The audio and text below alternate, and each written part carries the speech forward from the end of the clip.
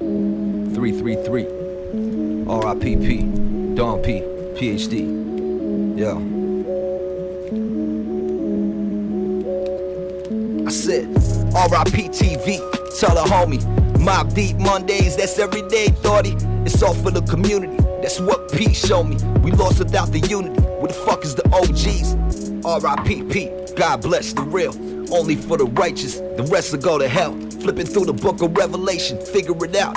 Transliterate the translation. Do it yourself. It's the last days. Life is a test and we in a cage. Concrete jungle. Everyday struggle. Fuck the pain. I'm on some HNIC shit. Hegelian 3 shit. If you don't know what I mean, you was never G. Real shit. R.I.P. Yo, P, play that beat back, 333. Burn some weed, we repeat that. Shake me up a tuka pack, break me off a 20 piece. I'm gone, never looking back. Y'all can't talk to me. R.I.P. TV, tell a homie.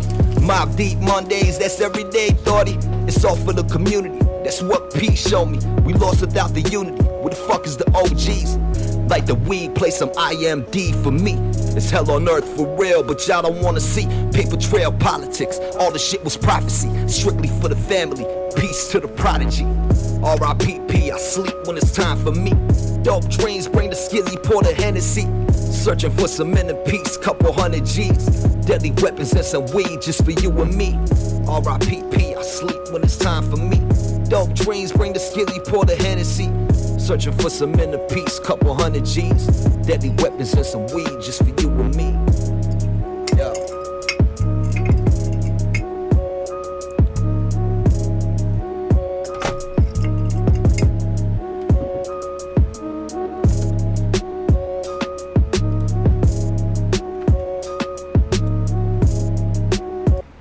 Yo, get the fuck out of here, yo, son. Tell me Nice is the first one in the building? Building, baby. Yeah, gang. Damn, son. Well, I mean, it don't get dark till late, so you got no jukes to pull until later, so I guess you could come on at 8 o'clock. No rock. What's good, though? Nice shit. I didn't expect to see you this early. Yeah, man. I seen it popped up. We kind of busy and shit, so once I saw it popped up, I was like, oh, let me jump in this joint now. Because, I got more work to do later. Nah, word, that's perfect, because Carrie's going to be late, so I was just going to sit here and smoke weed and wait for any of you guys to fucking pop in anyway, so it all works out. So now that you're in here, we got to wait for Carrie, we can talk about basketball. Because your boy, they're going to have him in the playoff, or in the play-in game regardless. You got to have LeBron in the fucking playoffs. Like, come on, dude. Like, Yeah. you have to. Any back looking like yourself, too. That's the problem. Yeah, but Anthony Davis is not looking like himself. That's the problem. Huh? I say Anthony Davis is not looking like himself, and that's the problem. Oh, but nah, AD looking good, too. He looking good. I mean, who they been playing? Yeah, they ain't been really playing nobody, though. That's what I'm saying, man. I've been paying, because the playoffs is getting ready to start, so it's like now it's time to start paying attention. And what did they say? There was somebody, in baseball, they showed some video talking about that baseball players are starting to flop like LeBron. So, like, LeBron has become so synonymous at flopping that they just say his name with it now, dude. That's fucking crazy. Yo, his name gets mentioned in every sport. It's crazy, son. Every sport. I mean, like I said, we'll give it to him. He's reaching, like Tom Brady type of level. Oh, yeah. Now, he win this one. They're not going, it's not going to happen, though. I think they got a shot. Yeah, I don't know about this one, dude. Those legs, we talked about it in the preseason. You only having a 2-week break before the season starts. By the playoff time, those legs are going to be tired, man. Yeah. He I think, what I think, man? The way I see it, because I watched a couple of games that he came back, like these last 2 games that he played when he came back and all that. I think they was exaggerating his injury more than it was, man. Yeah, I think they wanted to get him. I think he wanted rest anyway for the playoffs. Yeah, I think that's what it is, man, because when I seen him catch that alley-oop from all the way back there and yammed it, I said, nah, it's no way he's doing that on his on a high ankle sprain that bad.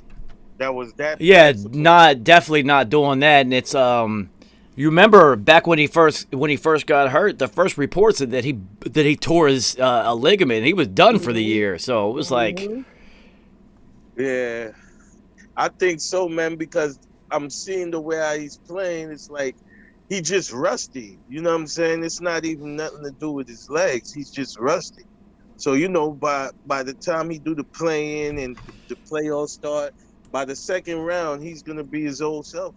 I do find it interesting for the first time in what I can think of that he kind of deferred to somebody else, and he said that he thinks Steph should win the MVP, and I was just like, Yeah, because LeBron's usually bitching about not winning the MVP. For him to say somebody else should get it, it's a little bit surprising.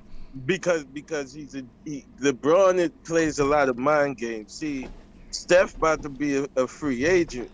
See, thank you. I was just like, know, that came out of nowhere. That's so out of character for him. Thank you. I knew there had to be something behind that shit. And he was trying to recruit him for at All-Star break. That's why he picked him on his team and all that. LeBron is a master of studying the game, man. Yeah, 100%. He always needs a lethal 3-point shooter. Well, it don't get more lethal than that, dude. Oh yeah. Oh man. Imagine Steph playing with LeBron right now. That would be unfair. It is unfair because LeBron commands so much attention by putting his head down and going through the lane.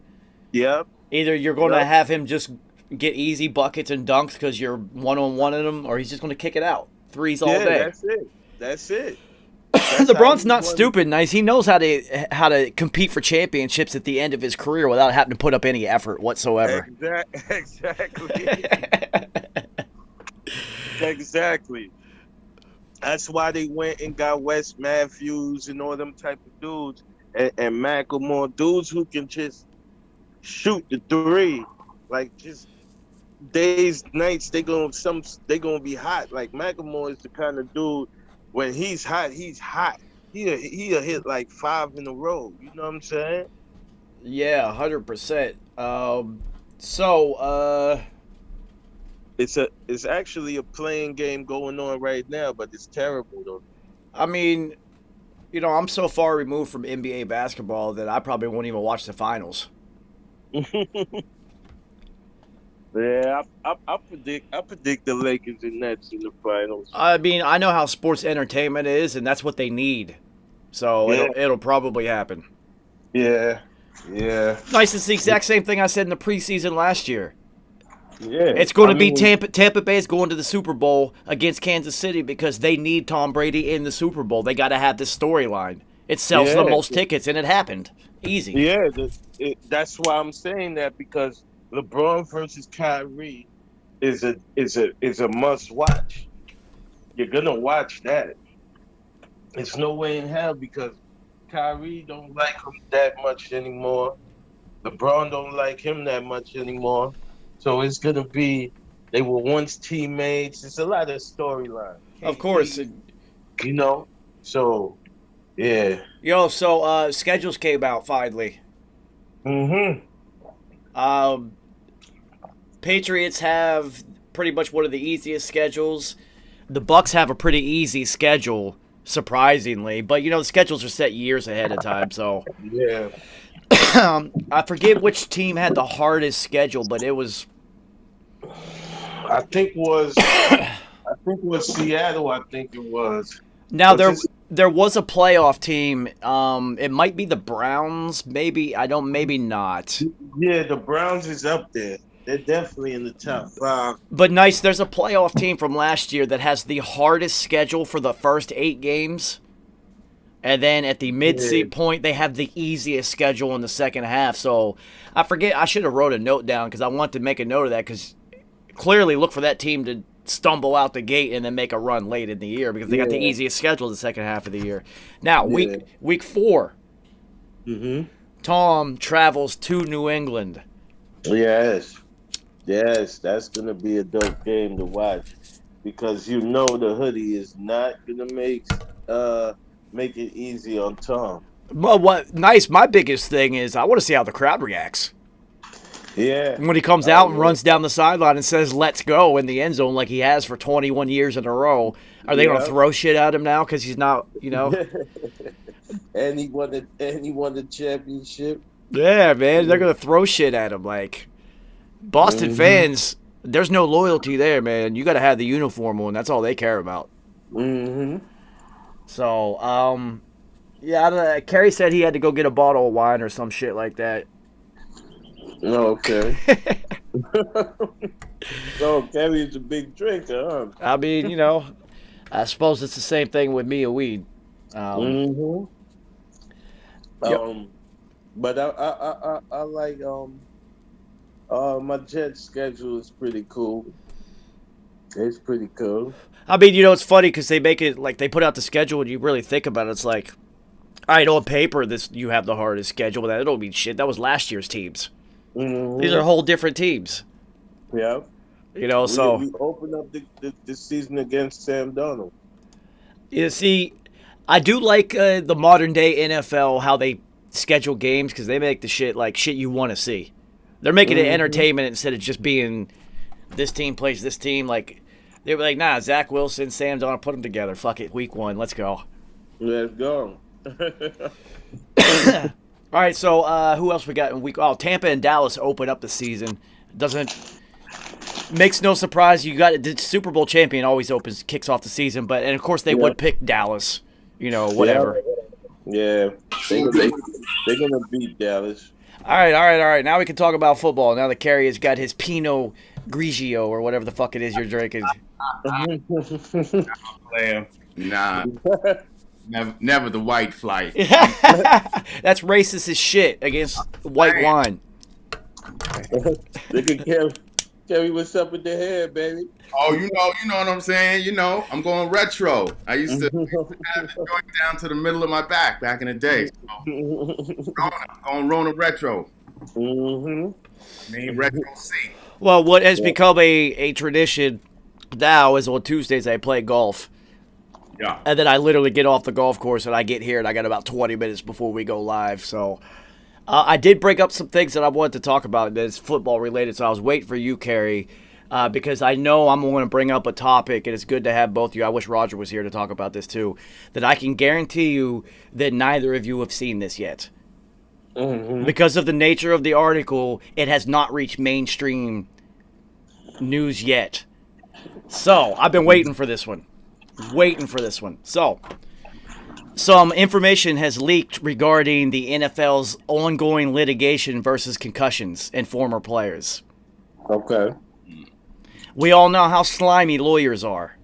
Yeah. Especially for the NFL. Hell yeah. The lawyers for the NFL are arguing that black players should be compensated less because of historical performance on cognitive testing being lower. So I'm not making this shit up, Kerry. This is why you'll never see this in the news. They would never put this in the mainstream news. This is really going on right now. Oh, wow. I mean, I expect the lawyer. They're lawyers. You expect them to pull as many shicey moves as you. But this is appalling. This is fucking appalling. Let me tell you, quote-unquote men of science back in the 1800s claimed that black skin was caused to leprosy and that black folks would eventually turn white because white was the foundational color of all people. So, yeah, it doesn't surprise me. Anything they say along these lines. It doesn't surprise, but even I'm completely appalled at this because this is so retarded. Yes, And this is coming from somebody who's had a ton of concussions. The concussions don't care what color your skin is. I promise you that. Yeah, of course. So the NFL is arguing it is correct to assume that black players have a lower cognitive skill set and thus are entitled to less compensation for brain injuries. That's what their fucking lawyers are arguing in court right now. This is going on right now. This article came out yesterday. It's a $1 billion compensation program for players. And they say that the funds should be allotted less towards players of color because of traditional lower scores on cognitive. Not taking any of those tests out of context or any of that nonsense. Just saying, we're trying to say, I get it. They're slimy assholes. This is a multi-billion-dollar industry. This is a trillion-dollar business, essentially, if you add up the value of all these teams. Teams, hell yeah. But how fucked up is that? Jesus Christ. Could you imagine being that lawyer and sitting there and actually saying this shit to a judge? I mean, after these past few years, is anything shocking? You know what, Kerry? It's not, but even this one kind of got me. Even I was just like, well, goddamn. So apparently the NFL also has a secret algorithm that it uses to determine the level of dispensation awarded to each injured athlete. Oh, man. And it takes into court that the algorithm is programmed to take into consideration what it maintains is the lower average cognitive skills of black players compared to other races. That shit is fucked up, yo. What if you're a white NFL player from Compton? You know what I'm saying? That he's getting a lower cut. I mean, exactly.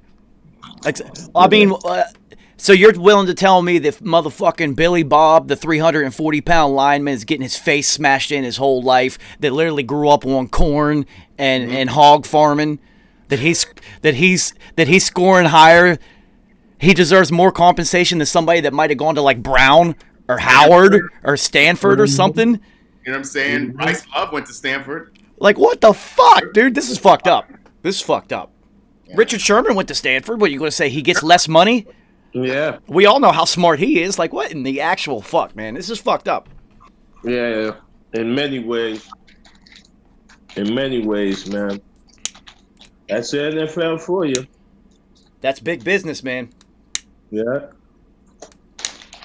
Now, I mean, we also know that if the NFL could swing it and say that it worked the other way too, that they would try to take money from white, Asian, Spanish, whatever they could, but it just so happens that this is the motherfucking argument that they're arguing in court right now. This shit came out yesterday. Goes along the same lines why they didn't why they said black people couldn't be quarterbacks because they weren't smart enough to absorb the offense or run a team and all that other bullshit. Yeah, all that dumb shit. Mm-hmm. Well, Yeah. Yeah, man. It's ridiculous, man. Completely ridiculous, but it's part of the sport. Well, it's part of their. I mean, look at their ownership group. Oh yeah, Jesus! This is literally the good old boys club. Like, for fuck's sake. You know what I'm saying? You know, half of the owners like just took off their white sheets before they walked into the owners' Zoom meetings, dude. Let's be realistic about it here. I mean, these are guys that are like in their 70s and 80s that have been ultra wealthy their whole lives. Of course, they're racist as shit. Yeah. Even look at also what's happening now. These players who not going to the OTA, voluntary OTAs, working out at home, and now getting cut and not their contracts being voided. Yeah. And that's it. This was the second topic I was going to bring up, was the lineman from Denver. Yeah, and then there's another player. And another player. So that's two from Denver, but the lineman happened first. So that receiver, yeah. So the lineman, I forget his name, but he opted out last year. Mm-hmm. So he hasn't been within the team facilities for a year and a half at this point. Yep. So it's going to be easy for them to get out underneath of that one. Like $10 million though. Yeah, but you know they set it up. The language of that contract protects them, not him. He had to follow the line to get that money. They did. They set the line. So, but you know, what are the Rona restrictions where he's at? Is he even allowed in team facilities? Like these are the things that are really weird. If we're in off season, Kerry, does he live beside fucking Mile House Stadium? Probably not. He's probably from South Carolina. Exactly. He's doing all the way in Colorado. So, and then it happened again. Then another Denver player got hurt in off-season workouts, and they want to cut him too.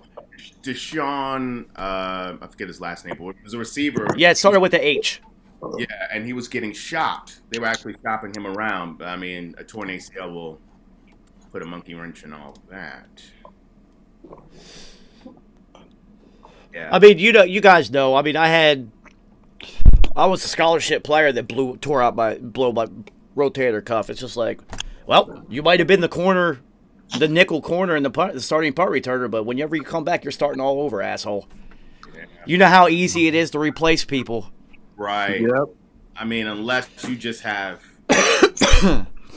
unless you like, basically almost have to be All-American status to get your spot back. Well, the NFL's even more fickle. The guy who started it in front of me, Donnell Anglin, ended up going to the Cowboys. Mm-hmm. He was the starting nickel corner in camp and got appendicitis. It wasn't even a football-related injury, but had to miss 2 weeks of camp, and they cut him.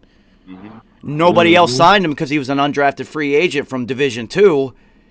And that's when you need to connect. And when he asked him, I didn't even really get a shot, and they said, we can find 10 people just as big and as fast as you. Mm-hmm. And that's what it was. And then he literally never got another phone call from the league. Yep. He needed like a coach from your school to get hired by a team and they say, hey, my guy in. Because that's how it works. You know what I'm saying? Just somebody along the line to have seen him and be like, nah, you need to give this guy a shot. I saw him play. Guys from the Cougs, U of H, like when coaches would move up to the NFL ranks, then they would get shot. And then they would end up on a team, special teams. Be the second, third string running back. Well, that's sort of nepotism just happened in Arizona. Mm-hmm. They just drafted one of Kyler Murray's high school friends at receiver, and this guy had like 40 catches in his college career at a D3 school. Exactly. So, but at the same, started with Jacksonville. Etienne. Oh, so that's another note I want to bring up. Etienne is playing slot receiver his whole rookie year. They already said it. Yeah. Really? Yeah, they already said it. They said he's already working. We got the running back already. And that's why I was like, damn, they're gonna snatch James. James Robinson had a hell of a year. How's that gonna work? No, they already had plans to move him into the slot and then also be able to move him in motion into the backfield and whatnot. So it's interesting because that's why he stayed his last season at Clemson, so he could learn how to do this. So he could work on his pass catching. So you got to give make himself money. You got to give credit to Travis Etienne's team around him that was able to also convince him that it's smart to do this because they saw the writing on the wall. Like, nah, you need to be a third down back dude in the league. Like, do you not see Derrick Henry? You're not that guy. Yeah.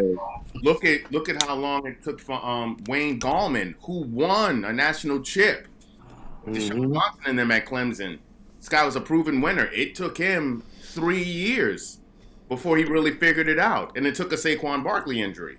I mean, and then he had a hell of a year. It's his 4th year. He had a hell of a year. It usually does take running backs a couple years because you have to figure out pass protection. You have to be viable out of the backfield, things like that. He wasn't the biggest guy, and he wasn't known for his pass catching, in college. And now I don't know where he's at. I kind of hope we kept him, but. I mean, shout out to Travis Etienne, though, for seeing it and making the adjustment. Because you know what? He's going to start at slot receiver his rookie season instead of coming in. Yep. If he would have left his junior year and then sitting for 2, 3, 4, who knows how long until he got his shot at running back. So how long it took for Ronald Jones to really get a shot. Yeah. And they were bringing in Peyton Barber to start in front of him. You know what I mean? Yeah. So he had to get bigger. You know what I'm saying? And you guys know with running back above all other positions, it's the most easily replaceable.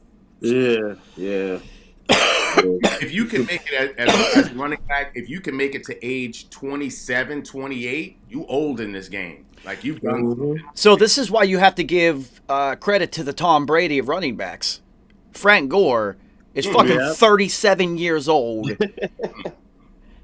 Had 2 blown ACLs in college. Well, he had like 5 or 6 in his career, in his life. He blew each knee in college and is still in the NFL. And blew his knee out 3 or 4 more times in the league while he was with San Francisco. Yeah, who he went to? I think, who did he go to this year? I don't think he's on a team yet. Nah, he did. He got picked up? To another team. Oh, yeah. You know what? You're right. I don't know who, though. I can't remember who picked him up. Somebody will look it up and tell me. Well, shout out to him. 16,000 career yards. He's number 3 on the all-time list, and no one would have ever saw that. Yeah. ever. Man, that's amazing, though. Him and there was two of them. Him and Willis McGahee. It was just like, Oh, damn, yeah. if y'all wouldn't have blown your knees out, whew. Mm. No. Because Willis McGahee happened in the fucking in the bowl game. Against Maurice Brett and Chris Gamble in them. And Krenzel. And you remember McGahee's knee going this way, while his body went that way. Yo, Yeah. ooh. And as soon as that happened, I said Miami's done. They were done. Yep. And then that false ass pass interference penalty when Miami had won the chip already. That was crazy. How you gonna take 15 seconds to throw a flag on the last play of the game to decide a national chip? That's crazy. All right, so Ryan Carrot gets done for the Chocolate City Big Ups officially. Yeah, but he's with the Eagles. Yeah. Ugh. There's a lot of this. We talked about this. The younger GMs that are going interdivision and conference and whatnot. They don't give a fuck. In the NFC East, particularly, all the time. Yeah, they don't. Brian Mitchell, famous kick returner, returned kicks for each one of them. I think he even did it for Dallas, for every team in the NFC East. Bouncing around. All right, so the Cincinnati team doctor said that Joey Boyband is on track to start week 1. That's good. Yeah. The question is, he's on track to start week 1. How many weeks is he going to last behind that offensive line? We don't fucking know. Yeah, that offensive line hasn't improved at all. Is he going to get any work in this offseason?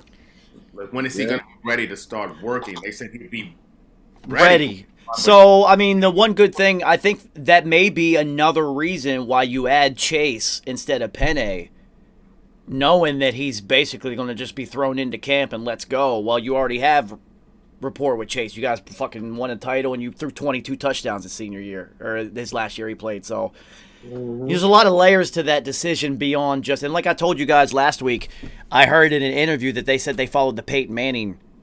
They added weapons for Peyton Manning before they added a line. Yeah. So they went that route. And, sometimes if that guy's there, you're just like, oh, my God, we got to take this guy. I mean, they ended up with Edgerrin James, Dallas Clark, Marvin Harrison was there, but then Reggie Wayne. Reggie Wayne pops in, look. I mean, so. And not only just Edgerrin James, they had a couple solid running backs, too. What was the dude from LSU? Joseph Adai. Joseph Adai was pretty solid for a couple years. Yeah. So they're following that route. Who was real good. They had another cat who was Rhodes. Yeah. Yeah. Well, I mean, it helps that you got Peyton Manning as your quarterback, and then that spread offense. It's pretty easy to run back then. He all his own plays. But yeah, they're going that route, so we'll see. I mean, I look, fantasy-wise, you look for T. Higgins numbers to go down because now Chase is there, and that's his guy. And it's hard not to throw it to your guy. That is his guy, but also T. Higgins is 6'4" and can run like an antelope. So you're not gonna forget about T. Higgins. All right, so let me ask you guys: T. Higgins and Jamar Chase, who's the one? Who's the two? You start out as T. Higgins is the one because he's got experience. Yeah. For now it will be, but eventually it's gonna be. Yeah, nice. I think it will shift over to Chase because we saw what he could do, dude. You saw what he could do. I keep trying to remind people. Look what Justin Jefferson did in the league his rookie year, and remember that he was number 2 in that offense, and Chase was balling. The guy had fucking 20 touchdown catches in one season. We're talking about the Peyton Manning recovery phase, receiver phase, having Marvin Harrison and Reggie Wayne. They both got 1,000-yard seasons in the same season multiple times. So what Joey he's going to have to throw. What Joey Backstreet is going to have to do is going to have to call Peyton Manning to be like, all right, you need to help me make decisions quicker and get the ball out of my hand.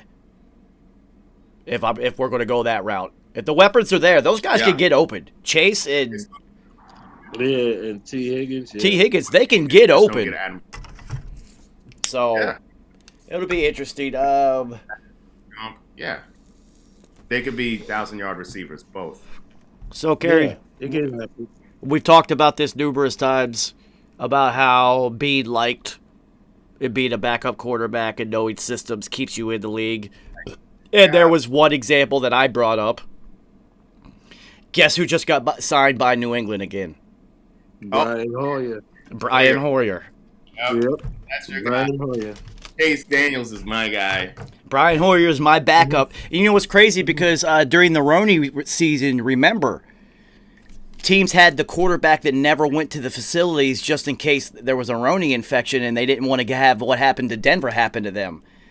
So Brian Hoyer was signed to the Texans and never had to go to practice. Sat at home and collected a check all season long. Yep. And this is why I continue to say backup quarterback is the best job. He literally just watched film and read a playbook and never took a snap and never practiced, never put his helmet on. Yep. Now go ahead and aspire to be the backup quarterback, y'all. So, Kerry, here's the funny thing is he was already retired, kind of. And then they called him. Yeah. So, well, they... Fire. No, but they called him to be the at-home emergency stopgap Roney quarterback. And now New England's called him and be like, dude, you want a job? Yeah, fuck it. Look at how Josh McCown keeps getting jobs. Yep. Good. Josh McCown is another one. Josh McCown been in the league for like fucking 21 years or something retarded. Yeah. Like they keep calling these guys. So why not pick up the phone? Hell yeah. Because they great locker room presence and they very cerebral. Dude, I could sling that thing. If Spurgeon Wynn could throw it, so can I. Well, especially with Brian Hoyer, this has got to be like his fourth stop in New England. Yeah, it's because he can process things very fast. He already knows it's been the same offense the entire all four stops. Look at Matt Moore, same dude. Yeah. Miami, Chiefs, Lions. Every time he gets a shot, though, he goes in and he produces. Yeah, he does. They can process things fast and they great locker room presence. It's just they don't have the physical tools to really take a team to the next level. Now, but they know though, if they get CTE, they'll get a bigger cut of the check. Thanks, NFL. Yeah, way to go, NFL, you fucking assholes. So let's see. The Broncos have hired the first female scout, like head scout. Oh, that's cool. Yeah. The way I always look at it is just like, are you any good at your job? They went to referees, and they went it doesn't matter who you are. Yeah. It's like when they went to female referees. I was just like, were they any good? Because some of these refs fucking suck. So let's get some new ones in here. I don't care. I don't care. As long as you make the call and make the call, that's it. Bro, as long as you make the right decision to school. Yeah, this is a different world, especially now. Like, even as a former player, if there was a female coach, I wouldn't fucking care. Is she any good, or does she know what she's talking about? Yeah. Blue is blue. Zebra is zebra. That's it. Mm-hmm. Yo, and I promise you, you're less likely to have a Vietnam War vet coach if it's a female. I can guarantee you that shit. She's not gonna be talking about who she wants in her foxhole and like making you run until you throw up and shit. Yeah, I mean, I don't know why they're not coaching either, because I know plenty of women who love football and know the game that I would have had as a coach rather than some of the coaches I've had in my time. Dude, I've always talked about it. My mom was one of the smartest people I know when it comes to NFL football. She loved that shit. Like, she really knew what she was talking about, like, for real. Okay.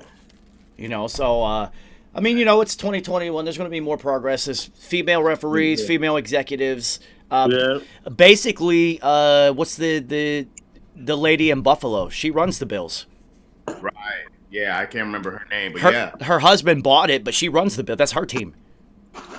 Like, he owns the hockey team, and that's like his thing. And she basically runs the Bills. And look how they've been, how successful they've been since they've taken over. Right. Yeah. That's awesome. Like, they completely changed a terrible franchise around. Yeah. So that's cool. Ah, hell yeah. Detroit, though, because the head lady in charge there, the team still sucks. Well, that's because she's an owner, so she just got that by being married to the guy who owned it. And she has a lot of pride for them. I don't know why.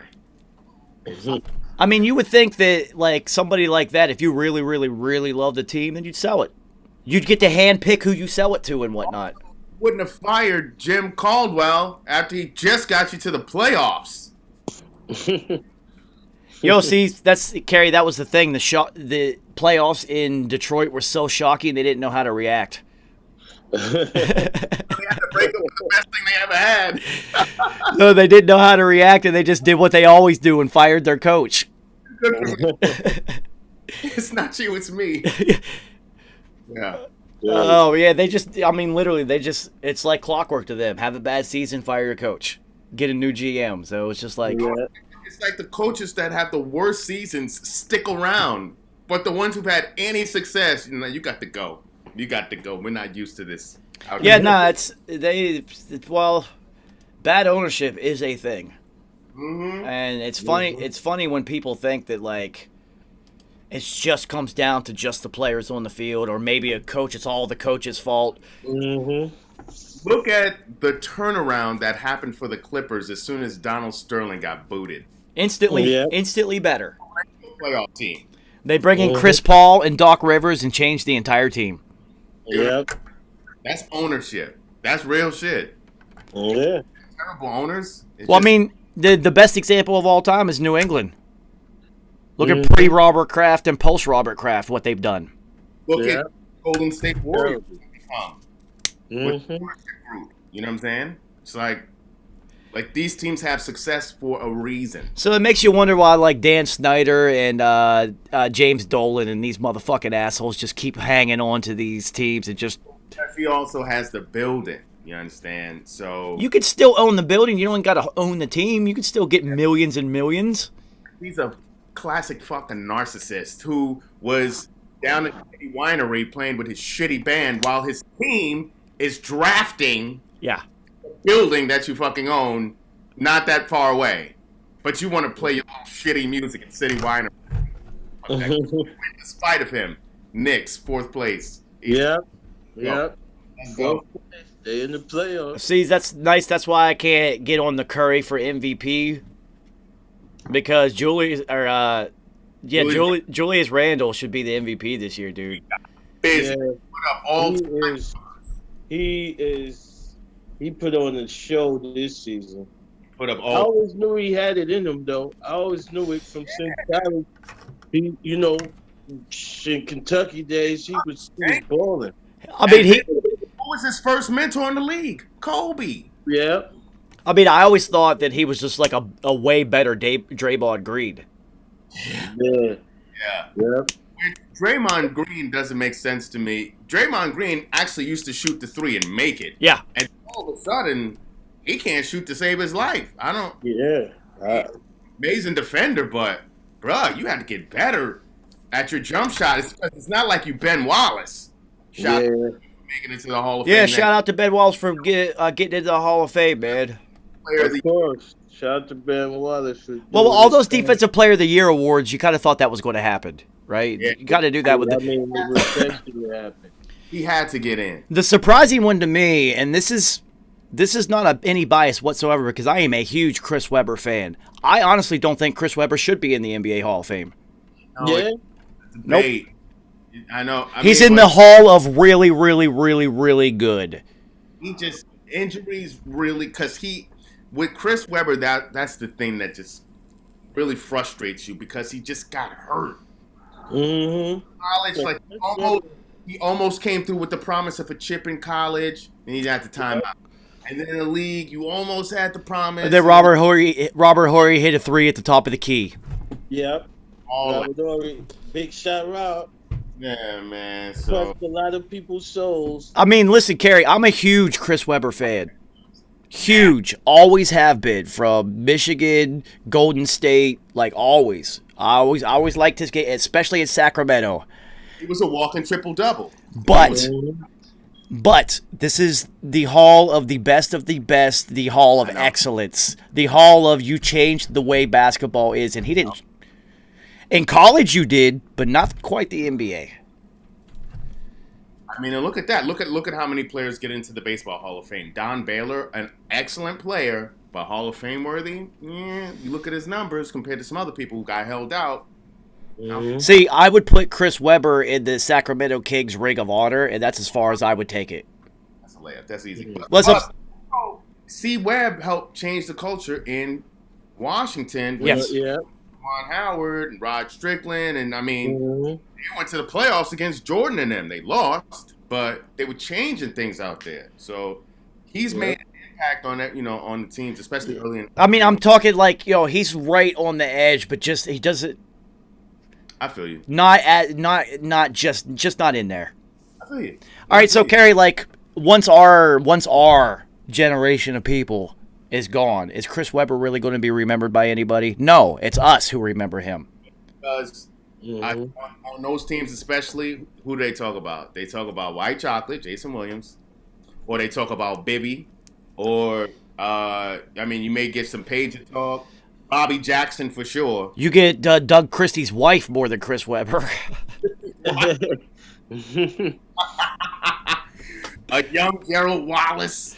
Yeah, there was just you have just more players. Very, very, very young Hedo Turkoglu, who was before he went to Orlando and got busy. Mhm. I mean, those Sacramento teams were Loaded. Players, because Gerald Wallace went on to become a multiple-time All-Star. Mhm. They were loaded. They were loaded. Yeah, they just ran into Kobe and Shaq. So realistically, Kerry, you think about it, the most infamous Sacramento Kings basketball player is White Chocolate. It's not even Chris Webber. So that's what I'm saying. He's just not quite there for the Hall of Fame. Floppy Vlade. Things White like that. But White Chocolate, dude. Yeah, he was that deal until they got Mike Bibby, and then Mike Bibby, and then with Bobby Jackson. Mike Bibby fit that offense better. Yeah, What they were trying to do, because Chris Webber, Vlade, and Hedo and Peja are not running up and down the floor. Well, plus Bibby was stronger on the defensive end as well. Yeah. Of course. Yeah, White Chocolate wasn't playing defense. Are you fucking kidding me? He was Woody Harrelson in White Man Can't Jump. So I just watched a highlight video about him on some YouTube rabbit hole, and it had a whole bunch of NBA players talking about him. And, dude, all of them are like, dude, I tried it myself. I can't do it. I don't know how the fuck he does that elbow shit. Elbow pass, I know. He's still the only human alive who's ever pulled that off. Mhm. Who was it? Was it Rafe LaFrance who blew the dunk? No, it was Rafe. Rafe. It was Rafe. But nobody cared. Who cares? Nobody fucking cares. They just saw bink. Oh, it was crazy. So, all right. So this week, well, we could bullshit for like 6-7 more minutes before we got to re-up. This week, San Francisco 49ers. We skipped the Niners and went to the Chargers. That was my fault. Okay. There's so many trades in the draft that I end up getting a little bit confused as to what the draft order was. Let's get it. Santa Clara 49ers. So, whenever this happens, we'll let me see if there's any other sports news that has happened, because there are some things going on. Well, funnily enough, the Eagles and the Jaguars swapped cornerbacks. Like, not guys of note, really. And a couple, like, 6-round draft picks in 2022, I think. I don't even know what that move signifies and why they did it. I think it was more so for the draft picks and for the players. Yeah, it was both of the picks. Yeah, it's for the... It was both of the picks. Oh, this is hilarious. So me and my brother just talked about this dude the other day. So a former Louisville basketball assistant coach, Dino Gaudio, is facing federal charges for for extortion. Well, he sounds like he's from the fucking mafia. What do you think? Dude, he's from home. He's a West Virginia home basketball legend. That's why I just looked at that. I was like, holy shit, Dino Gaudio, dude. Yeah, I only brought that up because it's not really newsworthy, but me and my brother literally just talked about this guy last week. We were trying to remember his name because it was a big deal whenever he was playing in high school. Everybody went to go watch. And he ended up going to Penn State and playing. Okay. And he had a little a shot in the league, but it didn't work out. But it was the hometown kid. Penn State, not a basketball powerhouse. Well, that's exactly why he ended up there. So go somewhere where you got a shot to play. But it's just funny that I just said his name, and then he's now facing federal charges for trying to extort Louisville for something. You're right. You don't get much more mafia than Dino Gaudio. Yeah, well, probably because of the call girls that they had coming there for the recruits when Patino was there and they got busted for it. Yeah, you think Dino wasn't in on that shit? I don't think he wasn't getting a slice of that pie, or that devil's pie. I mean, you know that fucking well, it's Rick Pitino too, man. They had the most Italian fucking coaching staff ever.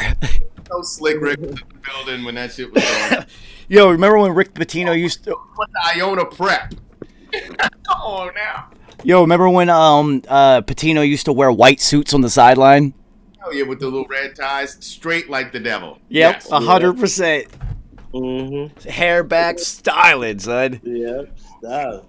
Absolutely. I mean, son, you got to have some nuts to wear a white suit on the sideline. Straight up. That's What a- fucking dope. A red tie. Pat Riley didn't even do that.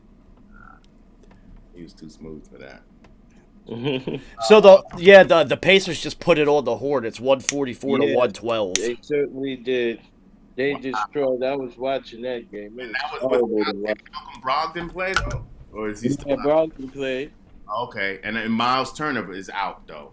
Yeah, The Pacers, But- that type of team, you just got a lot of athletes on there. yeah. They got this dude, man. I forgot his name. I think it's Garrett or something like that. Or Garrett Temple. No, not Garrett Temple. He's like a undrafted free agent. Oh. He's been killing, man. He's very fearless, man. He balled out tonight. Yo, so Kerry, that kid from Duke, that plays for the Knicks, how's he doing? Oh, RJ RJ Barrett? Yeah. Yeah, he's balling. stepped up. Listen, RJ Barrett needed my man to come on the team. He needed someone who could take that weight and put it on his shoulders because that wasn't RJ Barrett. Yeah. You know what I'm saying? So like That's the 3-man starter team. It's really Randall, Barrett, and Rose. and Rose. Really. But Randall was one who could take that weight. You know what I'm saying?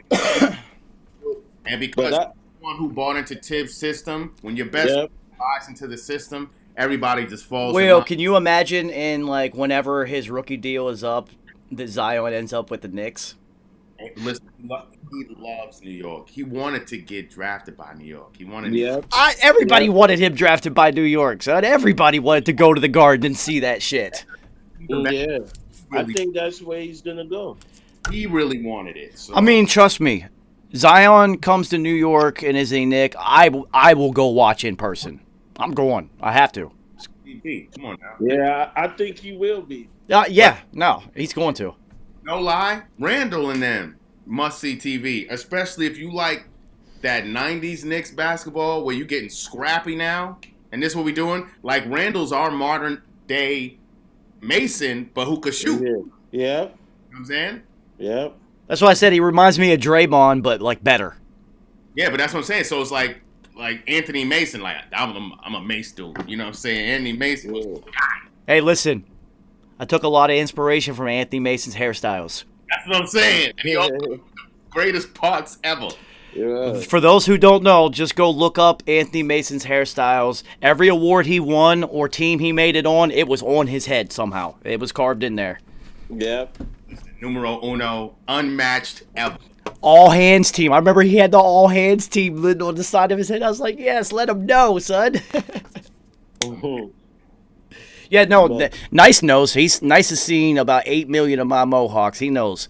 Yeah. Anthony Mason was a big inspiration to me. I was like, let's go, man. I love it. Yeah. Baseball news: Albert Pujols got traded to the Dodgers.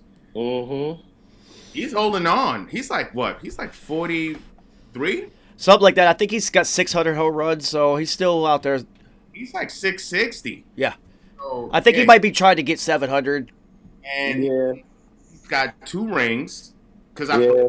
he actually won one with the Cardinals, and then he won one with the Angels. You know, at this point, he just looking for numbers. Numbers in another ring because it's the Dodgers, Yeah. so. Yep, numbers in another ring. And that's what that move is about. Albert Pujols in LA, but like with the good team instead of the. I mean, the Angels, I think, just did that for him because they relegated him to minor leagues. Yeah, no, they didn't even trade him. They cut him. They just let him go. They released him so he could go somewhere else. Yeah. And they even said it was like out of a mutual respect thing, like his time here, blah blah blah. He actually was going to go to the White Sox, but they're in first place, and whoever their manager said is we're already loaded. There would literally be nowhere for him to play. Because La Russa and they went with the Cardinals. So Tony La Russa said, "Nah, Albert, I don't need you no more." We're already loaded. All right, so I'm gonna shut this one down. Nice, you coming back for the second one, or you out? Yeah, I'm out of here. I got some work to do. I figure, man, you go do you, Kerry. I'll see you in like 45 seconds. And we will put on our John Lynch costumes to see if we can fix the 49ers. Nice. All right, let me add another one. Bring it over here, and let's fix these motherfucking 49ers.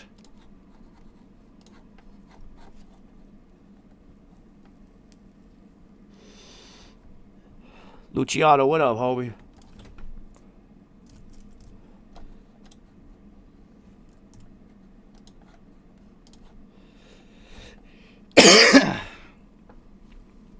Dario, yeah, dude, hit my DM me on Instagram. I got stickers galore, man. I just got some new ones in. I wish they came out bigger, but you know it is what it is. Still dope.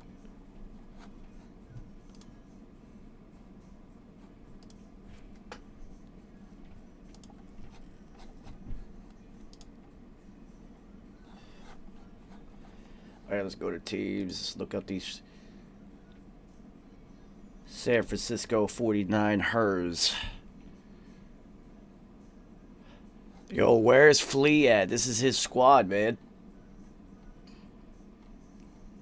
I gotta say his name so he'll pop in. He can't miss his... You can't miss the episode about his team. He doesn't miss any episodes.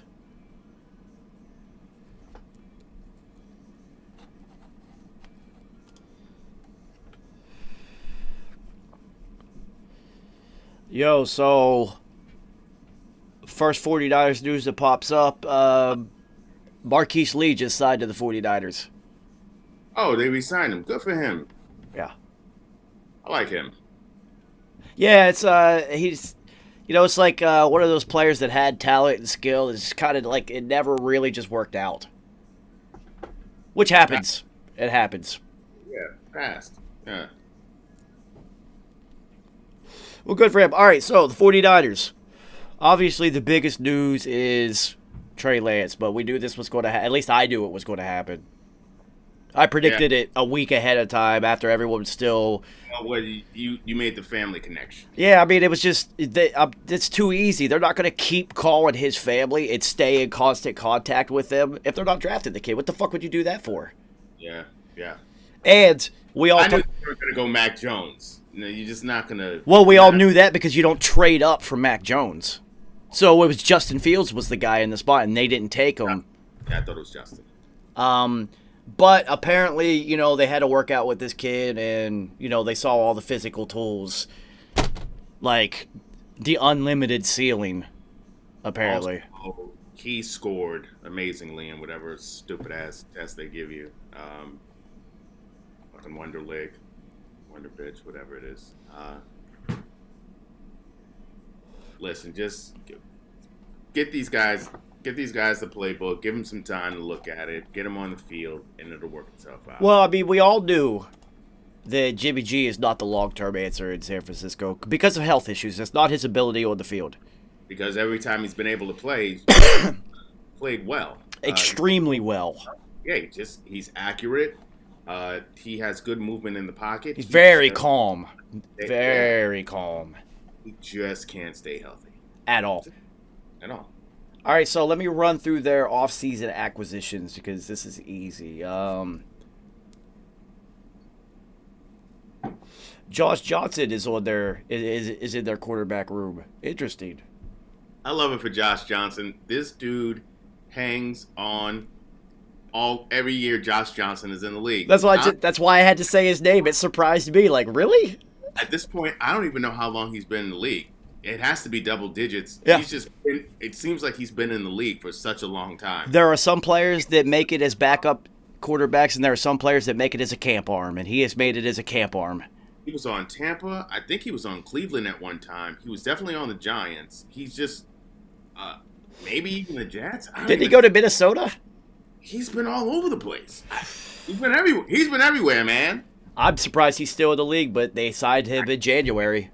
Also, I'm not, because backup quarterbacks who have shown a propensity of knowing what that means stick. You know, it looked when he got that starting gig in Tampa, it looked for about like a 6-game stretch where they oh man, they found somebody.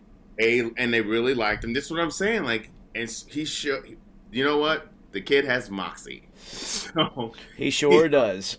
So they're never gonna lose his number. Yeah, good for him to still Great quarterback coach one day. 100%. 100%. So Daryl Tapp is also on their coaching staff. Daryl Tapp, ex-defensive end. Yes. Undersized. Yes. He's on there. The rest of them are players that are coaches I've never really heard of. But we do know that San Francisco's front office has operated at a very high level lately, so I don't Extremely at the highest level. I don't question any of these hires at all. Whoever this guy is, sure, he's probably good.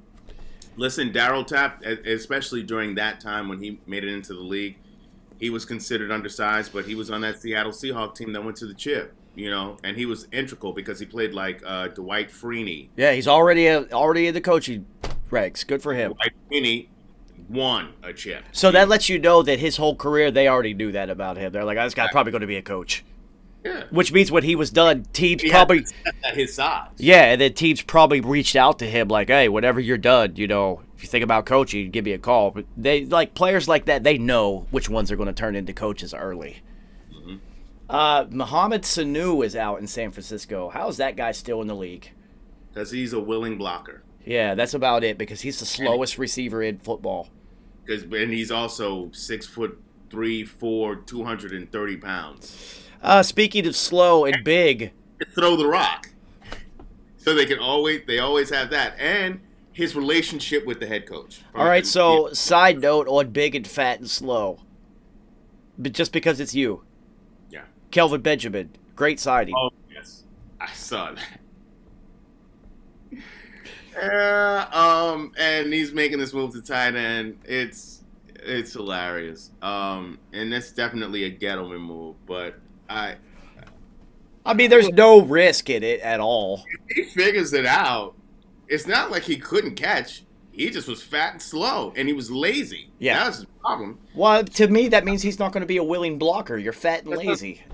He won a national championship his freshman year with freshman Jameis Winston. And he caught the game-winning touchdown. Yes, and he made key catches. So I just don't know what happened. Maybe the hype got to his head. Nah, him and Eddie Lacy were hanging out, man, at the fucking all-you-can-eat rib spot. Oh, he ate himself out the league too, and Eddie Lacy was nice. That was a shame. Yeah. It's surprising. It's surprising that professional athletes, that they're every once in a while you get this case where they just cannot control their weight and they eat themselves out of a job. It's weird. It's really weird. More important, especially now you can get better food because you got more money. And you see your teammates treated themselves like $1 million investments, chefs, diet plans, all this shit, and then you're over there. Justin Fields is a vegan, and he started that like his last year or so. I mean, they're all super healthy. It's just every once in a while you get a Chad Johnson who eats McDonald's every day, and it doesn't matter what he eats. The fittest human, one of the fittest humans on earth. I'm one of those people. It doesn't matter what I eat. I just stay like this. So I feel Chad Johnson. I get it. Eat whatever you want, dude. I can eat what I eat, but I also like to try to keep it simple. I don't care. It doesn't affect me in any way whatsoever. But you know that sort of those things, they don't stay with me. They leave. My body doesn't rejects them. Well, I don't eat fake food though. If there's a commercial for it, I don't eat it. Well, I don't know if you know this, but they are 3D printing chicken nuggets now. This is a real deal. Yeah, I know. This is a Googleable. I will tell you that there are a couple. This is a sports show, people. There are a couple like vegan chicken nuggets that are pretty fucking close to chicken nuggets, like really fucking close. So whatever. I get it. But listen, you could don't 3D print my food. Nah, that's not happening. And I've said for years KFC was straight styrofoam. So, yeah, just watch what you eat, y'all, because it probably came from a printer. Or Jesus Christ. They also signed Austin Prohl. Really? Yeah, look at them signing all types of random wide receivers. But you know what? Get that guy in a wide receiver room, and I'm telling you, he's gonna know everybody's plays. Mm-hmm. He's always gonna be ready when his number is called. He's gonna be the guy who catches the ricochet ball and scores the winning touchdown. He'll also be the guy that whenever the ones are taking a break and they're doing one-on-ones and they need bodies to take reps, he'll jump up. Absolutely. Be first in line. Yep. Nutcrack is outlawed. He's still down for it. He still wants to nutcracker every practice. Yep. Yeah. He's one of those guys. That's how you stay in the league. All right, so let's look at their roster because this is always fun, especially post-draft. So the Rosen... Guys coming back. Bosa. Yeah, so the Rosen one is in their quarterback room.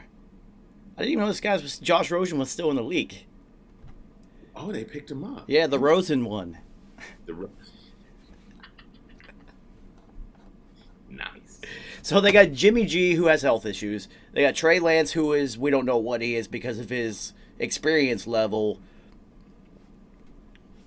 and the Roney issues. They have Nate Sudfeld, who comes in and wins fucking games. Yeah. He's one of those guys. He is, yeah. But also, what was the other quarterback that came in and got games for them that won? C.J. Beathard.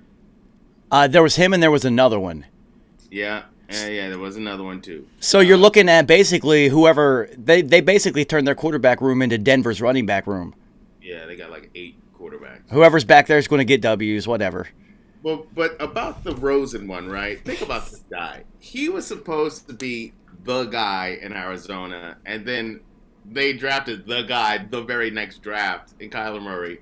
So then they ship him to Miami, where he's supposed to be the guy, and then Fitzmagic all up in the air, and then they're just waiting for Tua to come. And then he goes to Tampa.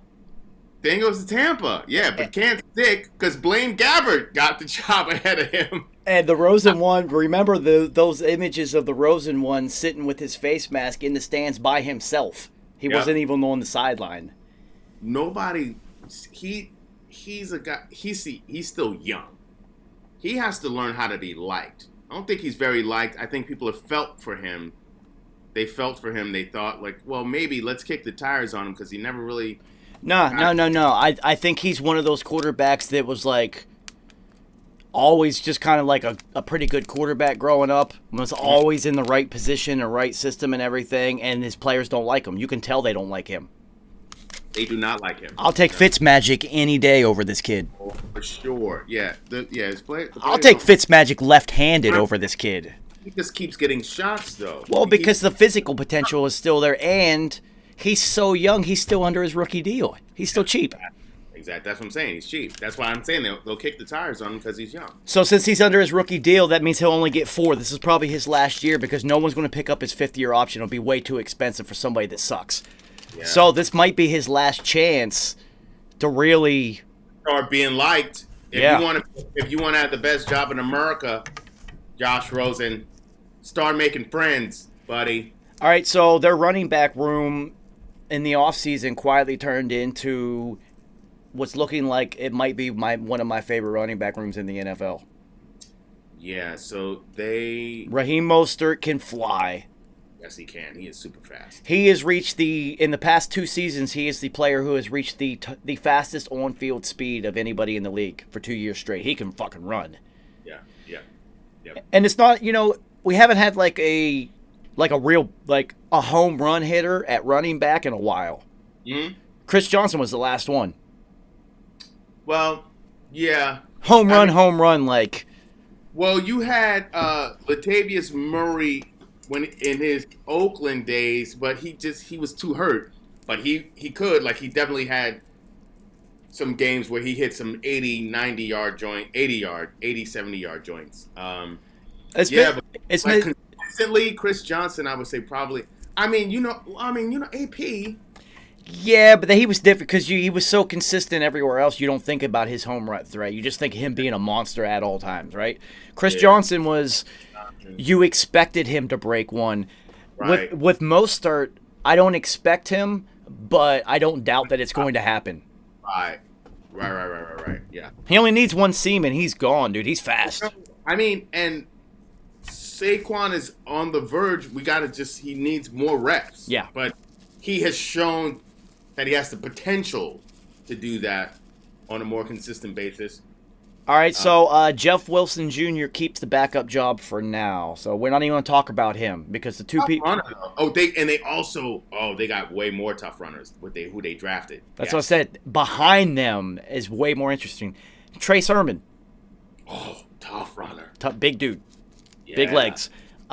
So he's going to be the physical presence. Yeah, he's nice. And then, fourth on their depth chart is everybody's favorite fantasy football running back from last season, Wayne Gallman. Oh, Gallman went there? Yes. Dude, look at their running back room right now. Salute to Wayne Gallman. Good for you, guy. Man.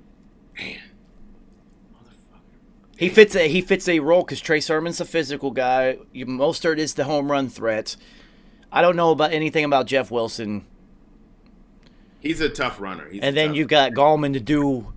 Wayne Gallman always falls forward. Yes. This guy he's just one of those guys who's always going to be productive. You have to you always value running backs who fall forward because they turn 3 yards into 5, and that changes. In the NFL, that's so crucial. He's a tough tackle. You understand? He's a tough guy to get down. He's always going to have his hand in the dirt fighting for that extra shit. Well, that's one of the reasons that That's a great pickup by San Francisco. that Frank Gore's been able to last for so long because he always falls forward. Yeah. So Santa Clara 49ers have yet proved again why their GM room is crushing it.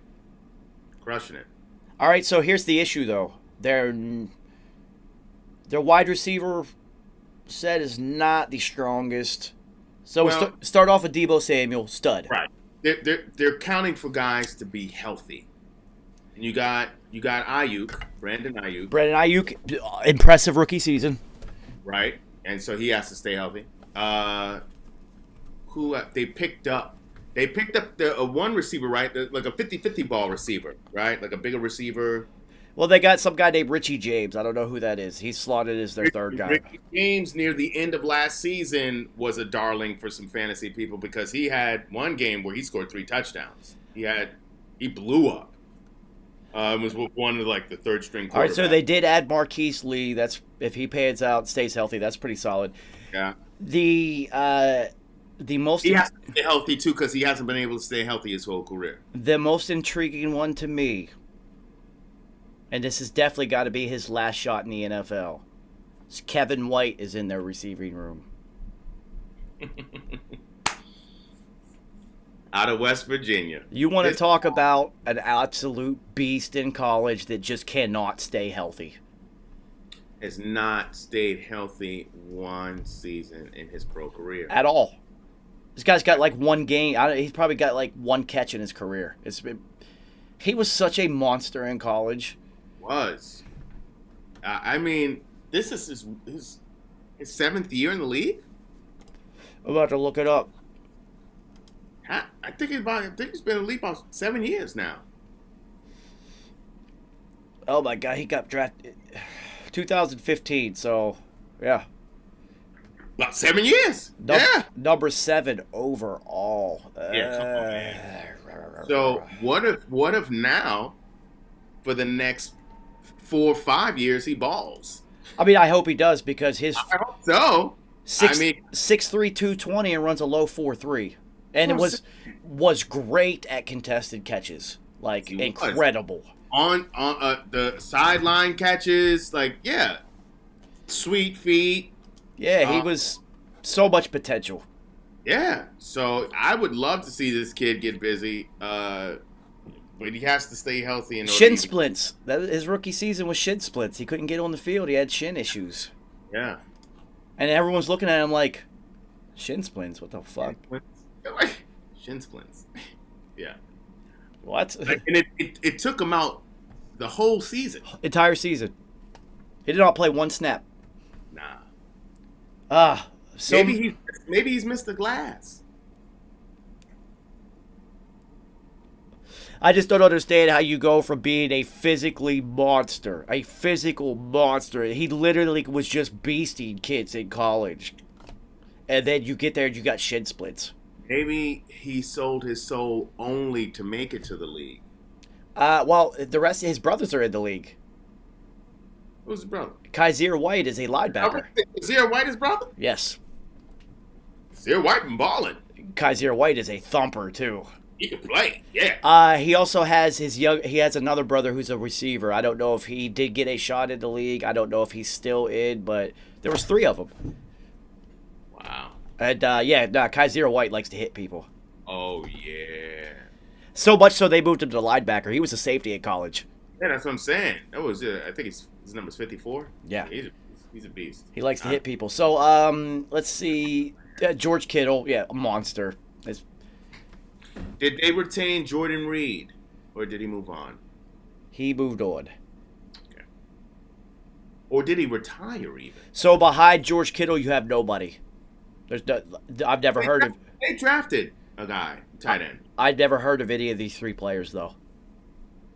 And one of them a rookie. Okay, Ross Dwelly. You ever heard of that guy? Yeah, he actually stepped in for a few games for Kittle because Kittle got hurt multiple times last season. All right, so clearly that's their backup. Charlie Warner with an O, and then Daniel Helm. Daniel Helm, is he the rookie? He has to be the rookie. Okay. I know I just can't remember what school. His name Duke. I knew it was one of those. I knew it was a blue blood school. I knew it. Got it. Yeah, so he's the rookie, 6'4", 255. That's a big dude. Mm-hmm. All right, so Trent Williams, they retain Trent Williams at tackle, which is huge. Well, that's the best tackle in football. Yep, absolutely. They have Alex Mack at center. That's an all-pro at center. Absolutely. And then I don't really know guys, but their offensive line wasn't really the issue last year. Their star players kept getting hurt. They had depth in the line. They were fine. They have depth at every position. So they also re-signed Jason Verrett, huge all-pro. Yeah. Defense. Jason Verrett gets re-signed. Big deal. I don't know. Well, they have Kawad Williams and Emmanuel Mosley kind of going back and forth for the other corner spot. So. And Mosley played admirably. He was hurt. Mosley played well. Richard Sherman, who's gone now, they were really relying on him. But since he got hurt, and he was hurt quite a few times for them, these other players got to play. Their secondary showed that they could play. Jimmy What's Ward. their safety situation looking like right now? Jimmy Ward and Jaquiski. Ward could play.